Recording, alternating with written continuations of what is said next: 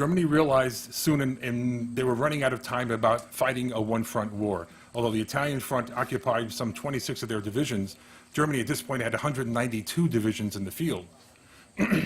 All those divisions were fighting the only enemy they had, that was the Soviet Union. And they knew that the second front somewhere in the West was coming. Then finally, when 1943 was inconclusive as far as the Western Allies launching an offensive on the Western Front, they knew 1944 was going to be the year of decision. So, for the first time in Russian adventure, you might say, in the German adventure in Russia, the Germans decided to not mount any counteroffensive in the summer of 1944 because they were busy transferring quite a bit of those mechanized units into France, awaiting the Allied invasion on the beaches of Normandy. But the British were very concerned about a successful amphibious invasion of the European mainland. Roll back the clock to 1940, the memories of Dunkirk were quite still vivid to them.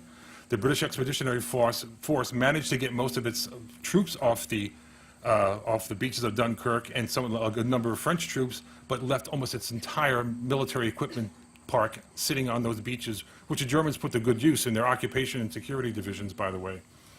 They also were very concerned about what happened at the French port of Dieppe in 1942, with the unfortunate Canadian raid there against the German forces and pushed back into the area. All of a sudden, the ability to launch an amphibious invasion was not simply or as simple or as easy as they thought it would be. Churchill even quoted, "I'm really worried, Mr. President," talking to Roosevelt, about an English Channel full of corpses if the invasion of Normandy did not, an invasion of Northwest Europe did not come off as they hoped it would.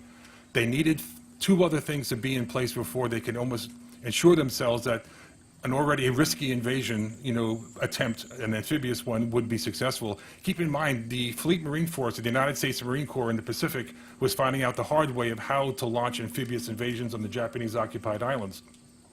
If you remember what happened at the island of Taro, it was a terrible bloodbath. Although eventually successful, they were finding out in other amphibious invasions, these were not something that had to be taken lightly. And an amphibious invasion of especially a contested enemy-defended beach is the most difficult of all military operations, with the possible exception of an airborne invasion of paratroopers.